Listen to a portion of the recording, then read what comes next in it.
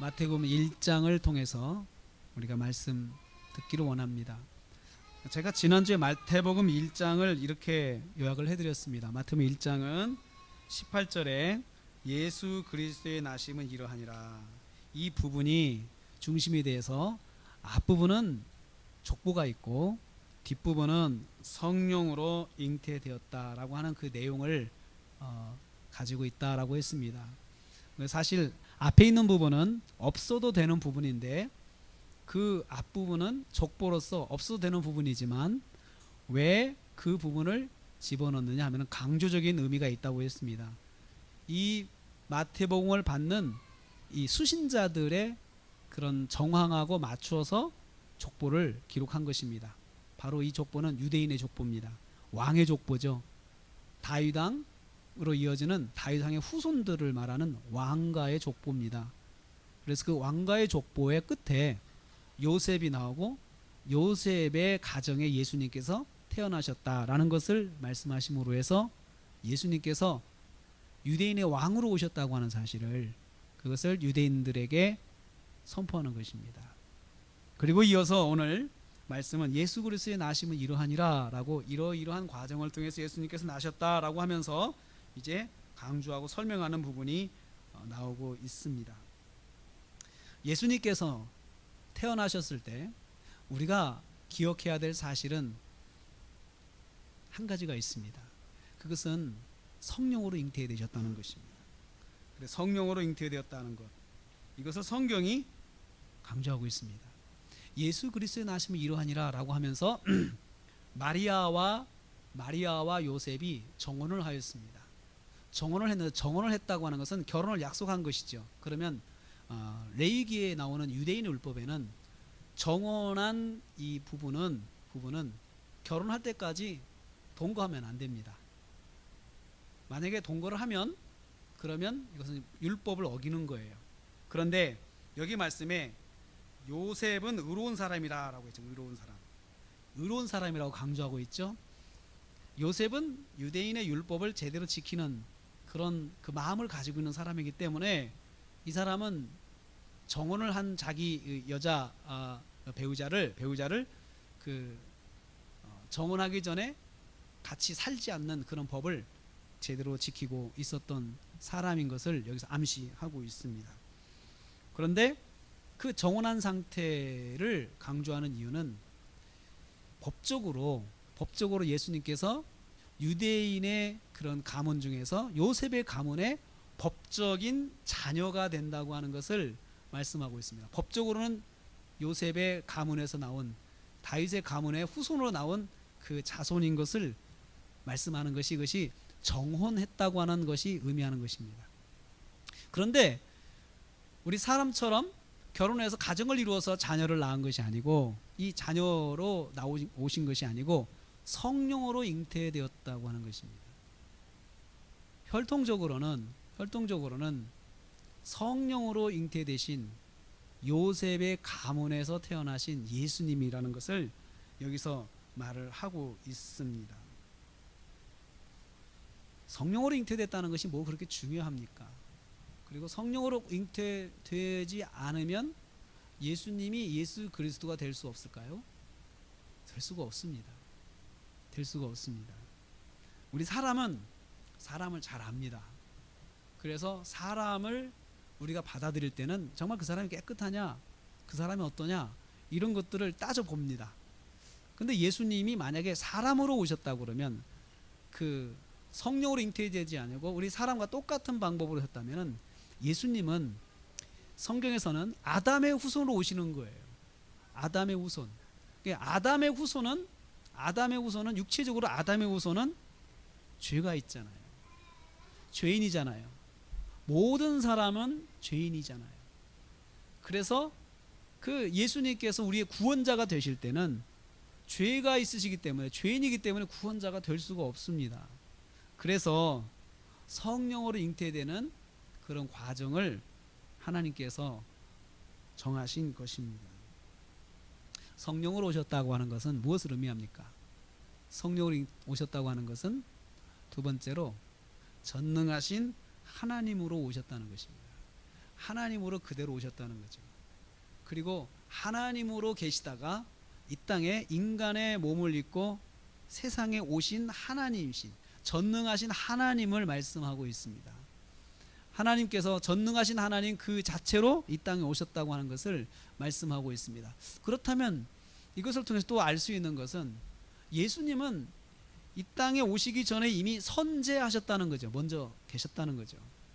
그래서 창세기 1장 1절에 보면은 태초에 하나님이 천지를 창조하셨다라고 그렇게 말하고 있으면서 선포하면서 그 하나님께서 성부 성자 성령 하나님 삼위가 함께 계시면서 창조 사역에 함께 동참하신 그 역사가 있다라고 하는 것을 요한복음 1장 1절에서는 증명하고 있습니다. 한번 읽어보십시오, 여러분.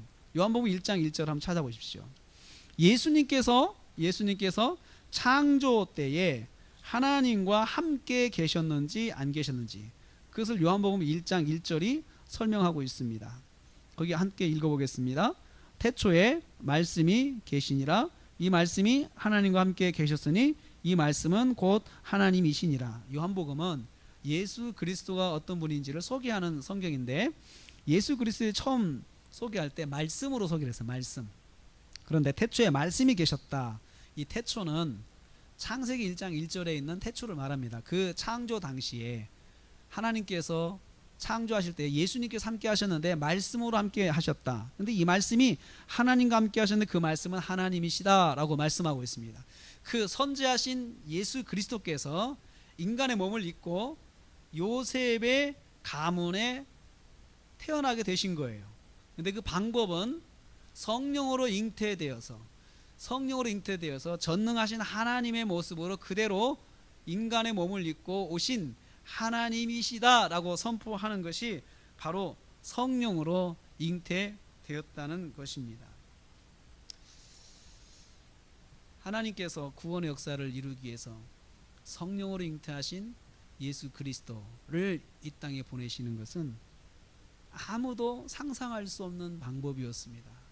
그 방법에 대해서는 누구도 생각하지 못했습니다. 하나님께서 영원전부터 비밀한 계획으로 가지고 계셨다가 선지자들을 통해서 조금씩 보여주시고 그리고 마침내 이때에 예수님께서 세상에 오신 것입니다. 저는 여기에서 한 가지를 묵상을 합니다. 하나님의 방법이요. 하나님의 방법에 대해서 생각을 합니다. 방법. 하나님의 방법.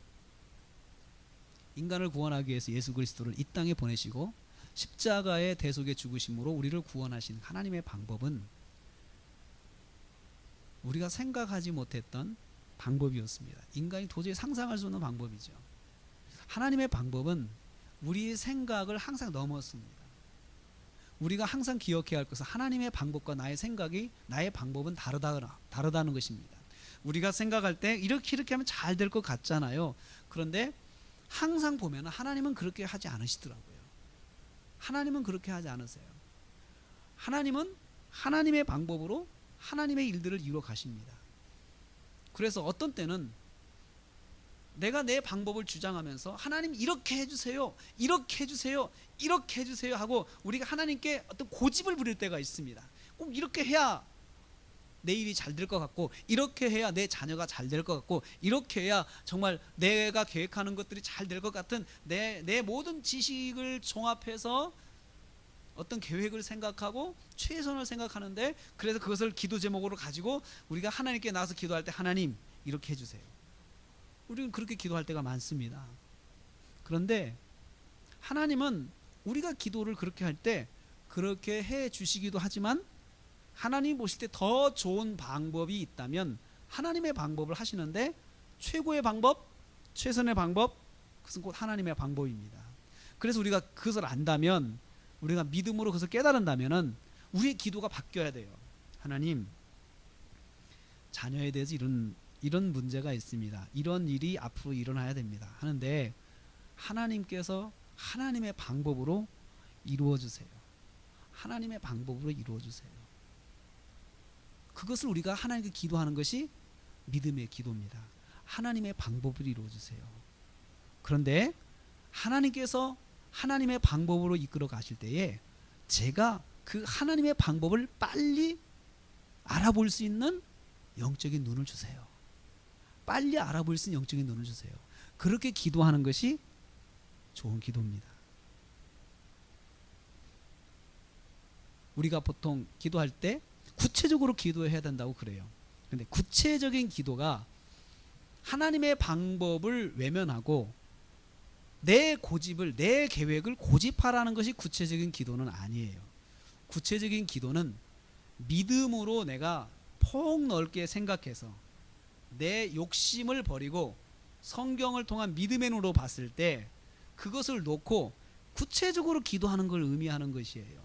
성경적인 방법을 외면하고 내 욕심을 따라서 구체적으로 말하는 것이 그건 구체적인 것이 아니에요. 그것은 고집이에요. 하나님 앞에 고집을 부리는 것이에요. 예를 들면 우리가 자녀에게 하나님 우리 아들이 뭐가 되게 해 주세요 이렇게 내가 하는 것은 내 고집입니다. 고집입니다.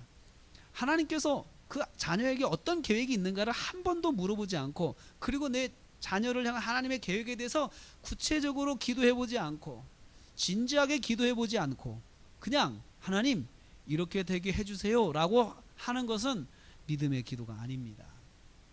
믿음의 기도는 하나님께서 우리 자녀를 이 땅에 보내실 때, 우리 아들을 이 땅에 보내실 때, 우리 딸을 이 땅에 보내실 때는 하나님의 계획이 있으시지 않습니까?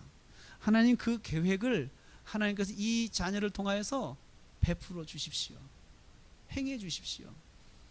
그리고 이 자녀가 하나님의 계획대로 갈 수 있도록 제가 영의 눈을 떠가지고 그 자녀를 구체적으로 인도할 수 있도록 제가 도울 수 있도록 저에게 건강을 주시고 지혜를 주시고 그리고 환경을 주시옵소서. 환경을 주시옵소서. 그리고 우리가 최선을 다해서 제가 우리 자녀를, 제 아들을, 제 딸을 잘 후원할 수 있도록 주님 저를 도와주시옵소서. 그리고 무엇보다도 제가 이 자녀를 위해서 하나님께 기도하는 부모가 되게 해주십시오. 그리고 내가 도울 수 있는 것은 힘을 다해서 도울 수 있도록 인도하여 주시옵소서. 그렇게 기도하는 것이 믿음의 기도입니다. 하나님의 계획은 우리의 계획하고는 다릅니다. 이 말을 성경은 하나님의 생각은 우리의 생각과 다르다. 내 생각은 너희의 생각하고 다르다라고 성경이 말씀하고 있습니다. 그래서 내가 오랫동안 기도하고 준비한 것을 정답으로만 생각하지 마십시오. 하나님의 인도하심이 있다고 하는 사실을 꼭 기억하십시오. 어떻게 보면은 하나님의 인도함을 구하는 것이 인간적으로는 굉장히 어리석고 무능해 보일 때가 있습니다. 아니 저렇게 기도할 시간에 한 번 더 뭘 하지 그렇게 이야기하는 사람이 있기 때문에 그렇습니다. 저는 이러한 것들을 많이 경험을 했습니다. 정말 하나님께서 하시는 것들은 내가 생각하는 거하고 너무 다른 거예요. 그런데 정말 생각해보면 결론적으로 생각해보면 그렇게 하는 것이 정말 좋다. 저렇게 하는 것이 정말 좋은 거야. 그리고 나보다 내가 생각한 것보다 더 경제적이고 그리고 더 효과적인 그런 측면이 있다는 것을 항상 저는 경험을 합니다. 성령으로 잉태하시는 것, 잉태하게 하신 것 하나님의 방법입니다. 여기서 또 한 가지요. 요셉의 입장을 가만히 생각해 봤습니다. 요셉은 상상도 할 수 없는 일을 자기가 지금 만나고 있어요. 자기가 자기 가문에서 예수 그리스도가 태어날 것이라고 하는 사실을 요셉이 상상해나 했겠어요? 그리고 자기 마리아, 자기 약혼녀를 통해서 그렇게 성령으로 잉태되어서 자기 가정에 예수 그리스도가 오실 거라는 것을 생각이나 했겠습니까? 저는 생각 못했다고 생각해요. 생각 못했어요. 아니 만약에 그랬다면은 마리아가 만약 그런 여자였다라면 아마 정원 자체를 안 했을 겁니다. 나는 부담돼서 못합니다. 못했을 거예요. 그런데 아무것도 모르는 가운데 정원을 했는데 성령으로 잉태됐다고 자기 약혼녀한테 소식이 온 거예요. 약혼녀가 이것은 누가 먼저 알아차렸냐면은 마리아가 알아차렸어요. 마리아가 알아차렸다. 나타났다라는 것은 발견되어졌다. 수동태로 되어 있어요. 발견되어졌다. 마리아가 발견되어졌다. 성령으로 잉태된 것이 발견되어졌다라고 이렇게 해요. 마리아에 의해서 발견되어진 거죠. 마리아가 깨달은 거예요. 그래서 발견됐다고 하는 말은 깨달았다는 말은 똑같거든요. 깨달았어요. 이 깨달았으면 제일 먼저 누구에게 이야기를 했겠어요? 자기 약혼자에게 이야기를 할 거 아니야. 이게 시간이 늦으면 약혼자에게 의심을 받잖아요. 그러니까 약혼자에게 가서 이야기를 했겠죠. 그럼 둘만의 비밀 아니겠습니까? 들었을 때 요셉이 굉장히 당황했을 것 같아요. 그래서 요셉이 그 다음에 바로 요셉이 19절의 말씀에 요셉이 나와요. 요셉이 그를 끊고자 했다. 그녀를 끊고자 했다.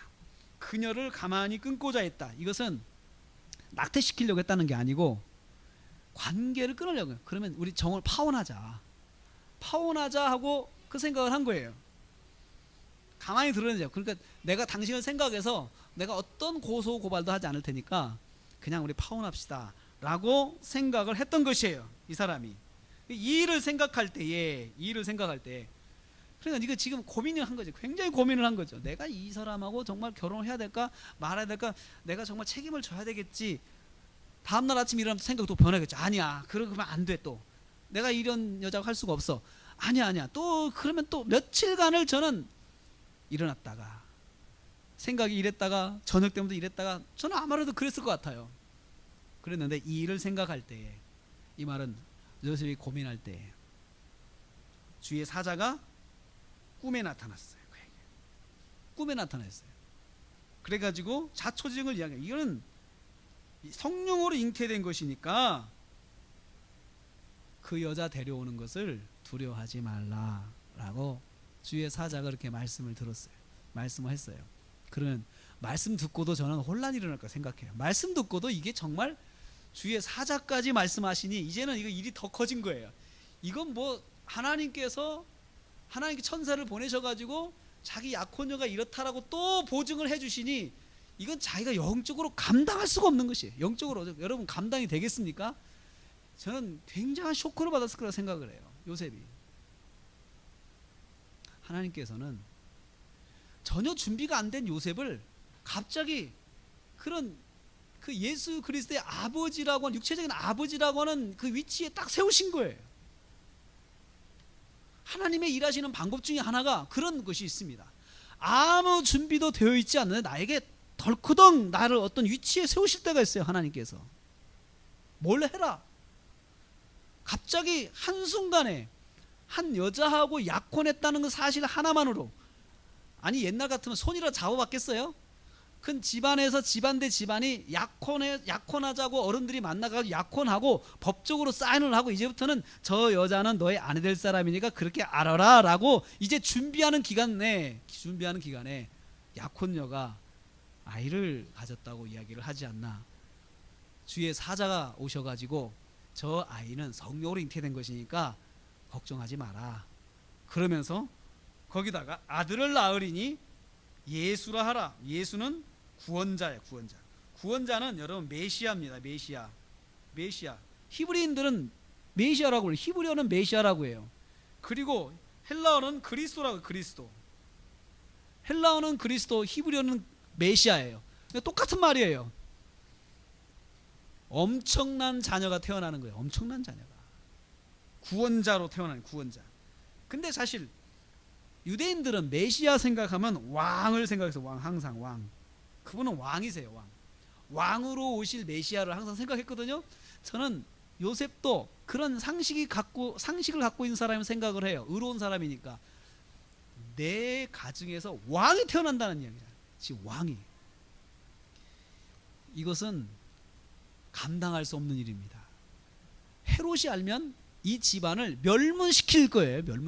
이건 소문이 나면 이건 온 가족이 다 그냥 멸망당하는 그런 자식이 지금 내 약혼녀를 통해서 우리 가정에 태어나는 거예요. 하나님께서 그런 엄청난 일들을 평범하고 이름 없는 무명의 요셉이라고 하는 청년을 통해서 이루어 가십니다. 준비가 되지 않은 사람에게도 하나님이 일을 맡기십니다. 준비되지 않은 사람도 하나님의 일을 할 수 있습니다. 어떻게 할 수 있을까요? 하나님이 세우셨기 때문에 할 수 있는 거예요. 세우시면 하는 거예요. 하나님 세우시면. 그래서 여러분 한 번씩 여러분 자신에 대해 자격지심을 자꾸 논하지 마십시오. 나는 이렇게 못하는 사람인데 왜 내가 이것을 할 수 있을까? 나는 이런 거 못하는 사람이나 이런 거 못하고 이런 거 못하는데 하나님이 나를 이것을 세우신 이유가 뭘까라고 우리는 고민을 합니다. 그런데 그 고민을 하지 마십시오. 만약에 하나님께서 저와 여러분에게 그러한 사명을 주셨다면, 어떤 사명을 주신다고 하면은 그것을 주저하지 마십시오. 주저하지 마십시오. 하나님은 준비되지 않은 사람도 세우시기 때문에 그렇습니다. 특별히 구원의 역사를 이루는 큰 과정에서 준비되지 않고 생각하지 못했던 요셉을 사용하셨어요.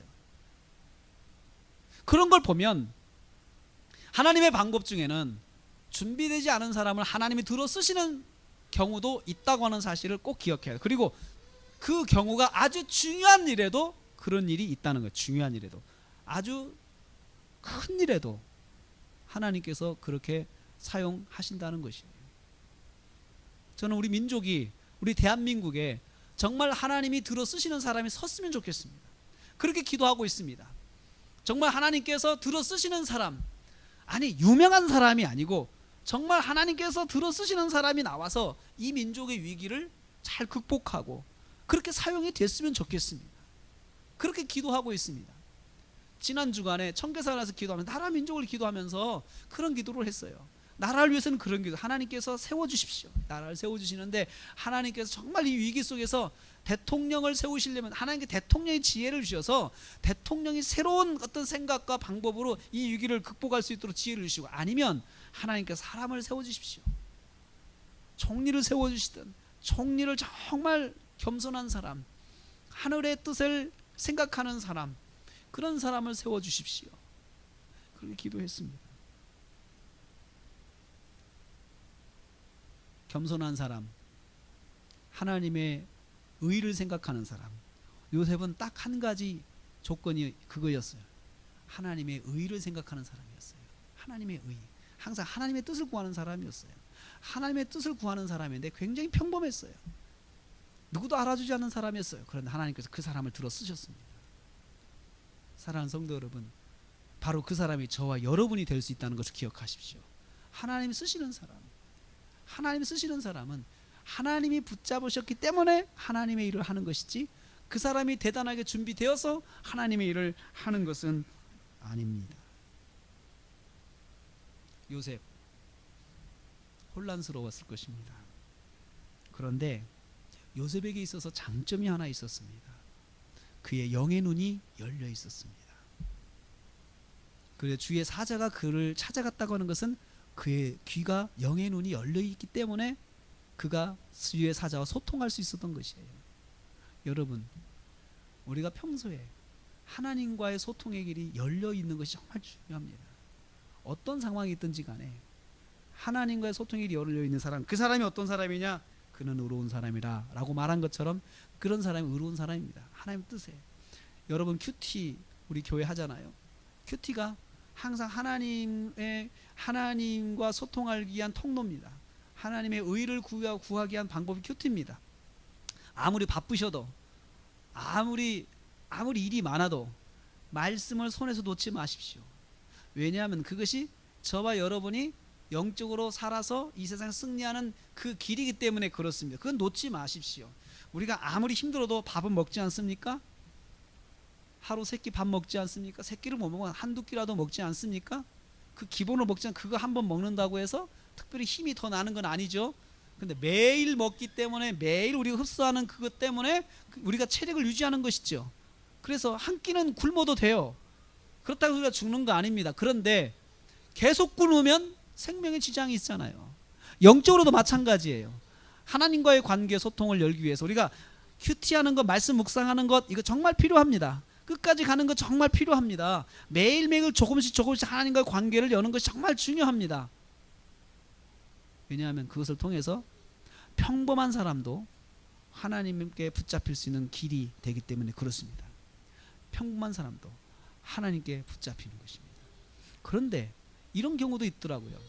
그 사람이 하나님의 의를 구하는 사람이 아니에요. 그런데 하나님께서 그 사람을 사용하고 싶으세요. 그럴 때는 그 사람에게 어떤 사건을 만드셔요. 사건이요. 사고가 나게 한다든지 어떤 문제가 생기게 한다든지, 그래서 그 사람의 모든 생각과 모든 행동을 일단 스톱하게 만들어요. 여러분, 우리가 내가 아프면, 내가 예를 들어 교통사고가 나서 병원에 입원하면 나의 모든 일정이 조정이 되잖아요. 다 고정이 되잖아요. 그래서 생각하게 되잖아요. 그냥 가만히 앉아가지고 가만히 앉아 생각하게 되잖아요. 내가 왜 이런 일을 만났을까? 어쩌다가 내가 사고가 났지? 우선 그런 것을 분석할 수 있잖아요. 저 사람이 상대방이 교통신호를 어겨가지고 내가 피해자가 됐지. 최소한 그 정도라도 생각할 수 있는 시간이 있어요. 그런데 우리 믿는 사람들은 이것을 영적으로 생각해 볼 수 있습니다. 하나님께서 나한테 무슨 뜻이 계시지? 하나님께서 왜 나에게 이런 사고를 만나게 하셨지? 내가 기도를 안 했나? 내가 뭐 불순종한 것이 있나? 이렇게 생각하는 거죠. 그렇게 갑자기 어떤 사고를 통하여서 그 사람의 모든 생활을 스탑하게 만드시고, 그걸 통해서 그 사람이 하나님과의 관계를 열게 만드세요. 그래서 그런 사건과 사고를 통하여서 하나님께 부르심을 받은 사람들이 많이 있습니다. 특별한 경우예요. 그런데 요셉 같은 경우는 하나님과 교제하는 정기적인 시간 속에서 하나님 만났어요. 천사가 찾아가셨어요. 그래서 지금 요셉에게 일어난 일에 대해서 상황을 설명해 주셨어요. 하나님은 경건한 사람, 하나님을 만나는 사람, 하나님 뜻을 구하는 사람에게 그 사람이 만난 모든 상황을 알도록 설명해 주십니다. 성령님은 그런 분이세요. 하나님은 그런 분이세요. 그래서 그 사람이 이해하게끔 말씀하세요. 그런데 때로는 말씀하시는 것은 내가 들어서 알겠는데, 뭐라고 말씀하시는 알겠는데 이해가 안 되는 경우가 있어요. 말은 들었는데 이해가 안 되는 거 여러분 아시죠? 무슨 말인지 알겠는데 이해는 안 돼요. 성령으로 잉태되셨다고 하는데 그건 알겠는데 이해는 안 돼요. 왜요? 경험을 해보지 않았기 때문에. 하나님의 일들에는 그러한 것이 있습니다. 그럴 때 어떻게 해야 돼요? 어떻게 해야 돼요? 아멘하고 일단 순종해야 돼요. 알았습니다. 일단 그렇게 하겠습니다. 순종이 일단 필요한 거예요. 요셉이 그걸 보여줬어요. 순종에 대해서 다음에 조금 이따 하겠습니다.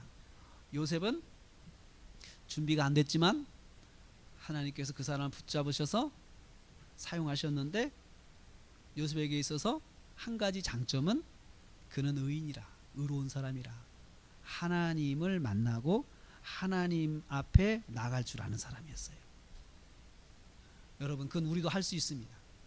정기적으로 하나님 앞에 나가고 하나님께 기도하는 것 우리도 할 수 있습니다. 길게 하든 짧게 하든 그 중요한 게 아니에요. 정기적으로 하나님과 만나는 게 중요한 것이에요.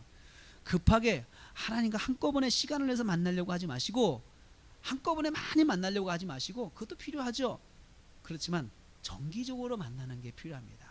정기적으로 만나고 하나님께 구하고 하나님 말씀을 듣고 하는 것을 자꾸 훈련을 하면 하나님의 음성이 들려지기 시작합니다.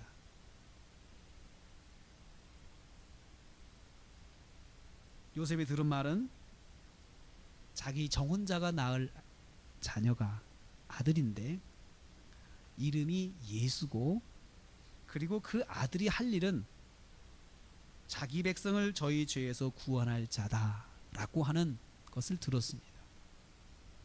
예수 그리스도가 어떤 분이십니까? 우리가 예수님의 이름의 뜻이 여기 다 나와 있습니다. 예수님의 이름, 예수라고 하는 것은 구원자라는 뜻입니다. 예수라고는 예수아라고 히브리 사람은 그렇게 예수아, 예수, 예수스, 지저스, 이거 다 똑같은 말인데 구원자라는 뜻입니다. 구원자는 자기 백성을 구원할 뿐이에요. 자기 백성. 우리는 그것을 이렇게 해요. 택하신 백성을, 하나님께서 택한 자를 구원한다. 그러면 구원이 먼저입니까? 택하심이 먼저입니까? 여기 말에 보면 택하심이 먼저고 구원이 뒤에요. 하나님께서 택한 사람들을 구원하시는 거예요. 구원하시는 거예요. 우리 구원의 서정에서 우리가 이 땅을 살면서 믿는 사람들은 하나님의 택한 사람이라고 이야기를 합니다. 택한 사람, 택함을 받은 사람들은 구원을 받습니다. 그러니까 먼저 택함이 먼저 하나님께서 만세전에 택하셨고, 그리고 이 땅에 살면서 하나님의 구원을 체험하는, 하나님께서 그 사람을 이제 구원하시는 역사가 일어나는데, 우리가 그것을 믿고, 우리가 예수를 믿고 교회에 나오고 믿고 신앙생활을 할 때 우리는 구원을 받았다라고 이야기를 합니다. 구원은 하나님의 택하심을 내가 깨닫고 받아들이는 것이 구원이에요. 하나님 택하심을. 그래서 저와 여러분이 구원받았다라고 하는 것은, 아, 하나님께서 나를 택하셨구나 라는 것을 알고, 그리고 나서 그러면 내가 하나님 믿어야지 하고 하나님 앞에 나가는 것이, 그것이 구원의 역사입니다. 그런데 어디로부터 구원입니까? 죄로부터 구원입니다. 죄. 저희 죄에서 구한다.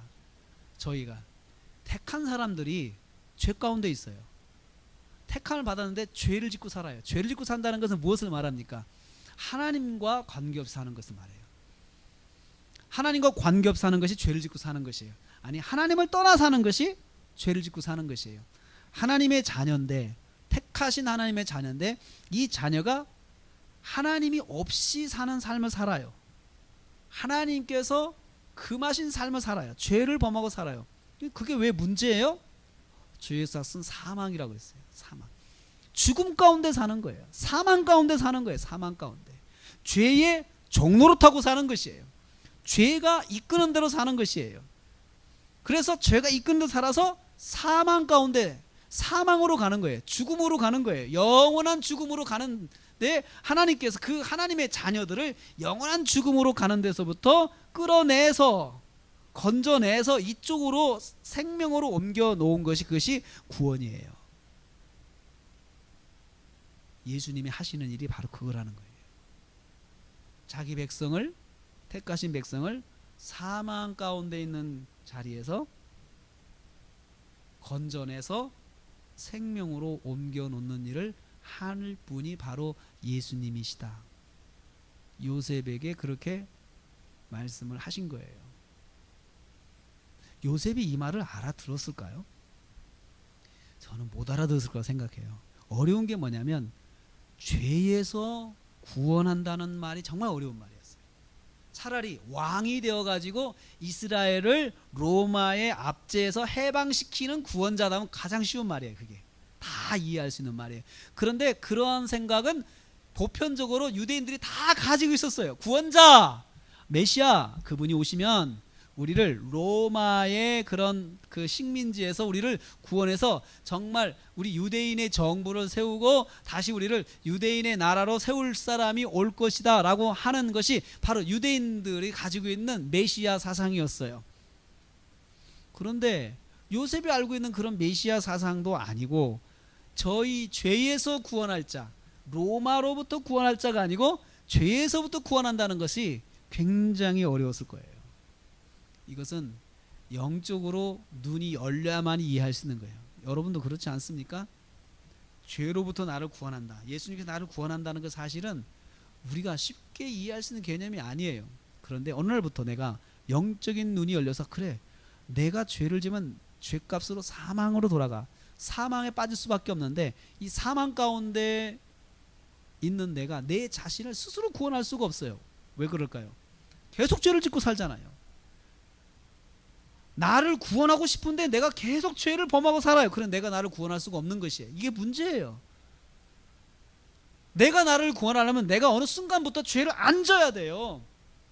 죄를 안 짓고 깨끗하게 살아야 내 자신을 내가 구원할 수 있다라고 생각할 수가 있어요.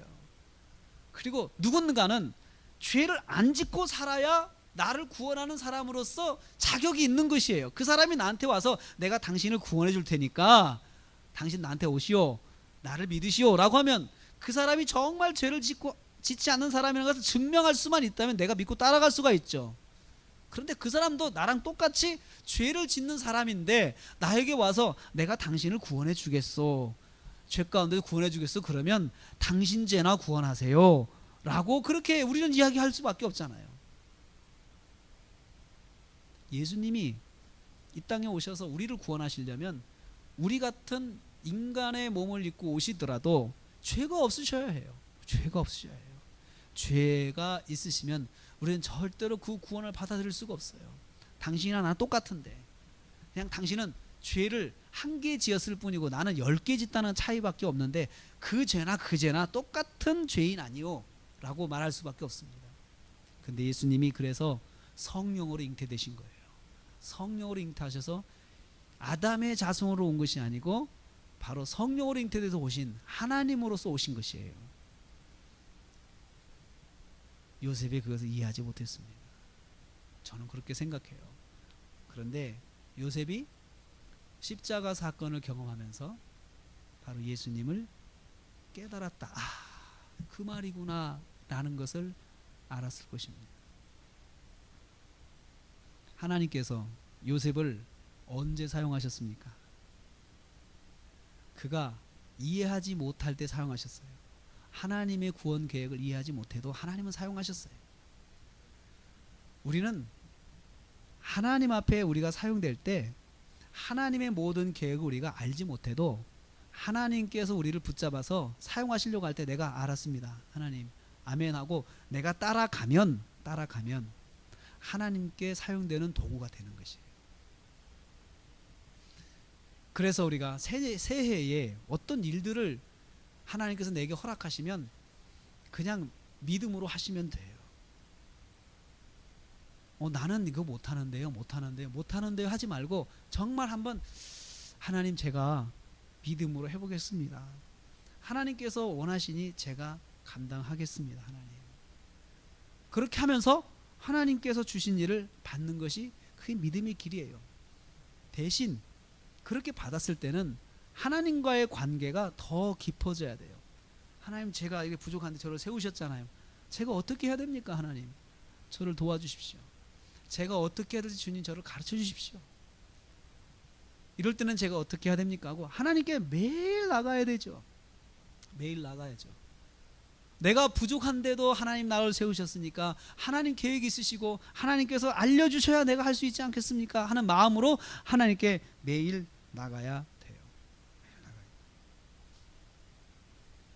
이 일은 이렇게 된 것이다. 이 일은 이렇게 된 것이다. 계속해서 성령께서 요셉에게 설명을 하십니다.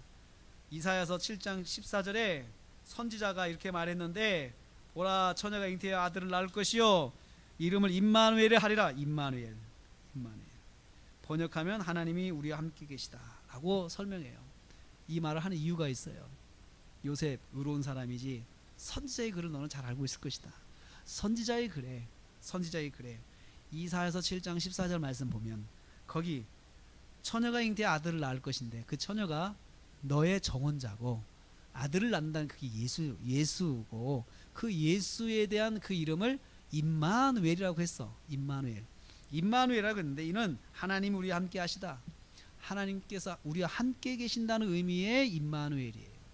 그래서 예수님이 이 땅에 오시면 하나님께서 그 땅에 그곳의 사람들과 함께 하신다는 의미가 있어. 함께 하신다는 거야. 하나님이 함께 하신다는 거야. 우리와 함께 하신다는 거야. 그리고 여기에서 우리가 깨달을 수 있는 것은 우리가 예수를 믿는다고 하는 것은 예수님이 우리와 함께 하시는 것을 믿는 것이에요. 동시에 예수님이 우리와 함께 하시는 것을 믿는 거예요. 내가 예수를 믿습니다. 나는 예수님이 그리스도를 믿습니다. 예수님이 나의 구주인 것을 믿습니다 라고 하는 것은 예수님이 나와 함께 하신다는 사실을 믿는 것을 의미한다는 거예요. 그러면 이게 뭘 말합니까? 내가 예수를 믿는다고 하는 것은 예수님이 나와 함께 하시는 거기 때문에 내 행동 하나하나가 예수님을 의식해야 된다는 거예요. 예수님을 의식해야 된다는 거예요. 내가 어디를 가서 무슨 말을 하면 예수님이 거기 함께 계셔서 내 말을 들으신다고 생각해야 된다는 거죠.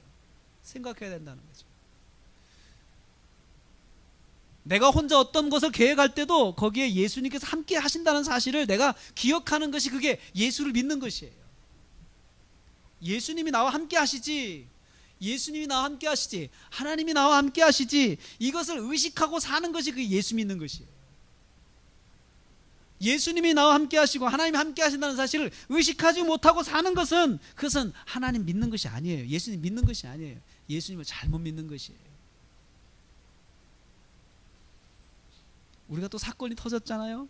사건 터질 때마다 예수 믿는 사람이 거기에 몇 사람 있을 것이다 하지만 역시 있었어요. 역시 있었죠. 이번에 귀국한 사람이 성도예요. 집사의 아버지는 장로예요. 그리고 CBS에 나가서 간증도 했어요. 하나님께서 나를 문학에 귀하게 사용하시는 것 같다. 그래서 사용되고 싶어요 라고 그렇게 고백도 했어요. 그러면 그것이 다 믿음의 고백이 되면 답니까? 그렇게 고백을 하면 하나님이 나와 함께 하신다는 사실을 의식하고 사는 것이 그게 진짜 고백인 것이에요. 고백을 했으면 저나 여러분이 직장이나 가정에서 나는 하나님 믿는 사람이 하나님 나와 함께 하시고 나는 하나님 예수 그리스도 나의 구원자를 난 믿어요 라고 했으면 그것은 동시에 그 하나님이 나와 항상 함께 한다는 사실을 의식하고 살 줄 알아야 그게 진짜 예수 믿는 것이에요. 진짜 성도예요. 화를 낼 수 있죠. 화를 낼 수 있지만 화를 내고도 하나님께서 함께 하시는데 내가 또 실수했구나. 하나님 죄송합니다. 하나님 죄송합니다. 하나님 죄송합니다. 하나님 한 번만 봐주세요. 혼자 있어도 나쁜 생각을 했을 때 하나님이 또 내 생각을 아시고 함께 하시는데 하나님 너무 죄송해요. 하나님 너무 죄송해요. 습관적으로 하나님을 의식하고 사는 사람이 그 사람이 바로 예수 믿는 사람이에요. 그런 예수인데 구원자로서 임마누엘이시다. 하나님 우리와 함께 하시다 라고 하는 사실을 통해서 우리가 깨달을 수 있는 것이에요. 그래서 24절에 요셉이 어떻게 했습니까? 사자가 분부한 대로 행했다라고 했어요. 사자가 명령한 대로 걱정하지 말고 그렇게 해라 라고 해서 어떻게 했다는 거죠? 그 정원 관계를 파혼하지 않고 유지하고 기다린 거죠. 순종입니다. 요셉에게 두 번째 장점 순종해. 첫 번째 장점 의로운 사람, 하나님을 만나는 사람이에요. 정기적으로 만나는 사람. 여러분 하나님께 사용되는 사람이 되기를 원합니다. 그러려면은 우리가 특별한 어떤 기술과 어떤 달란트를 특별히 다른 사람들이 없는 큰 달란트를 행해서 하나님 사용하시는 것이 아니에요. 내가 대단하기 때문에 하나님께 사용하시는 것이 아니고 하나님께서 나를 붙잡으시기 때문에 내가 사용되는 것이에요. 그러기 위해서 크고 작은 하나님의 일들을 위해 사용되기 위해서는 첫째 의로운 사람이 돼야 돼요. 하나님의 뜻을 구하는 사람, 경건한 시간이요. 큐티 하셔야 돼요. 큐티. 그리고 또 한 가지 순종할 줄 알아야 돼요. 하나님 말씀에 순종할 줄 알아야 돼요. 순종하지 못하는 그리스도인들이 세상에 많습니다. 순종하지 못하는 그리스도인들이 하나님의 영광을 가립니다. 그리고 큰 뉴스, 사건의 뉴스의 중심에 있는 사람들, 순종하지 않는 그리스도인들이 많이 있습니다. 심지어 최순실도 교회에 적을 놓고 있다는 것을 여러분 아십니까? 그것은 위장이라고 저는 생각을 해요. 위장. 사람들과 교제하게 사교하게 해서 강남에 있는 교회 가서 그냥 가서 거기에 적을 두고 사람들 만나고 교제하는 거죠. 자기 급을 높이기 위해서. 그렇다고 해서 교인이 아니에요. 진정한 성도는 하나님의 뜻을 듣고 그 뜻에 순종할 줄 아는 사람, 그런 사람을 하나님께서 그런 사람 중에 한 사람을 하나님 들어 쓰십니다. 전혀 생각하지 못하고 있을 때 쓰시기도 하고, 그리고 어떤 사람은 자기가 그런 일을 위해서 준비를 한 사람도 하나님이 사용을 하십니다. 사랑하는 성도 여러분, 오늘 예수님께서 이렇게 태어나셨습니다 라고 하는 말씀을 들었습니다. 그분은 성령으로 잉태되셨습니다. 전능하신 하나님께서 오신 것이라 그랬습니다. 그리고 성령으로 잉태된 것은 바로 그분이 바로 우리를 구원할 구원자로서 자격이 있는 죄가 없으신 분이라고 하는 것을 우리가 들었습니다. 바로 아담의 후손이 아니고 전능하신 하나님으로 이 땅에 오신 것을 우리는 이 말씀을 통해 들었습니다. 요셉을 하나님이 사용하셨다고 그랬습니다. 아주 평범한 사람, 아무도 알아주지 않는 사람, 마음의 준비도 되어 있지 않은 사람이었지만 그에게는 경건의 시간을 갖는 시간이 있었고, 그리고 말씀을 들었을 때 순종하는 그런 마음이 있었습니다. 하나님께서는 그런 사람을 통해서 구원의 일들을 이루어 가십니다. 하나님의 일들을 이루어 가십니다. 예수님은 이 땅에 오신 우리를 구원하러 오신 구원자로 오셨습니다. 그분은 만왕의 왕이십니다. 그분은 창조주십니다. 지금도 이 땅을 다스리시고 온 우주 만물을 통치하십니다. 온 우주 만물을 통치하시고 세상의 만왕의 왕의 왕이시라고 그랬습니다. 왕 중의 왕이시라고 그랬습니다. 우리나라의 만왕의 왕이신 예수 그리스도 통치권이 다시 세워지고 하나님께서 우리나라를 향해서 하나님의 계획을 이루어 가시는 사람, 그런 나라가 되기를 우리가 기도하기를 원합니다. 그리고 이 어려운 시기에 하나님께서 요셉처럼 들어 쓰시는 사람 하나님께서 세워달라고 우리가 기도하기를 원합니다. 그리고 내가 하나님의 일을 위해서 그렇게 사용되는 사람이 되게 해달라고, 크고 작은 일에 하나님께서 저를 사용하여 주시옵소서. 그렇게 기도하면서 주님과 늘 경건의 시간을 갖고 순종할 줄, 순종의 각오를 하는 저 여러분 되시길 주님의 이름으로 축복합니다. 기도하겠습니다.